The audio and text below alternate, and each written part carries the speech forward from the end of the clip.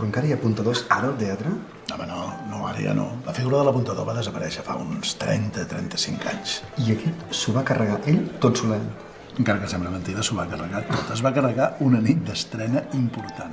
Però clar, ara, entendràs que per algú que no es dedica a això, un paper tan petit com l'apuntador, mai més ben dit, com pot incidir? Mira, t'explico, és una cosa molt especial, Estàvem assajant un espectacle que era molt esperat, havia de ser el Juli Cèsar, de Shakespeare.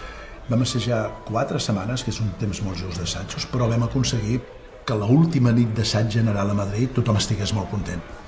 L'endemà viatjàvem a les 7 del matí cap a Vitoria. Hola, gràcies. Uau. L'endemà de matí anem cap a Vitoria, debutàvem al Teatre Principal i ens enterem que l'apuntador nostre, el que venia nosaltres, que havia fet tots els assajos, s'havia posat malalt, se l'havien emportat a l'hospital i a l'hospital havien decidit ingressar-lo. Amb la qual cosa va començar una mica la por general.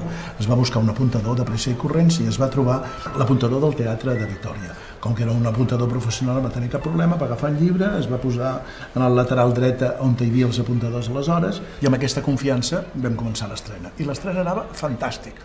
Gran expectació per part del públic, molt bé, fins que arriba el moment jo.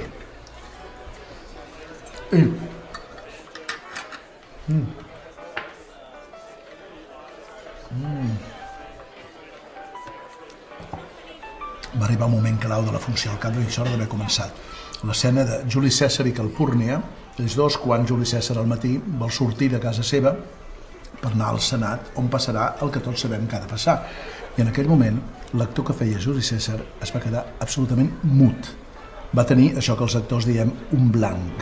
I anava estirant l'orella cap al cantó on sabien que hi havia l'apuntador que li havia de donar la frase per poder continuar. Però d'aquell lloc no arribava res.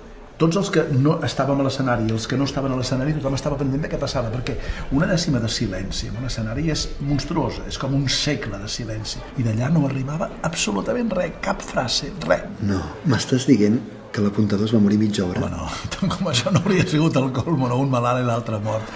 No es va morir, però el que va passar va ser molt més interessant. I que et vull explicar quan continues menjant. Però sí, però vés explicant-me, clar, em deixes aquí amb el... Espera, deixa'm que... Em porto uns pastos o no? No, segur, és fantàstic.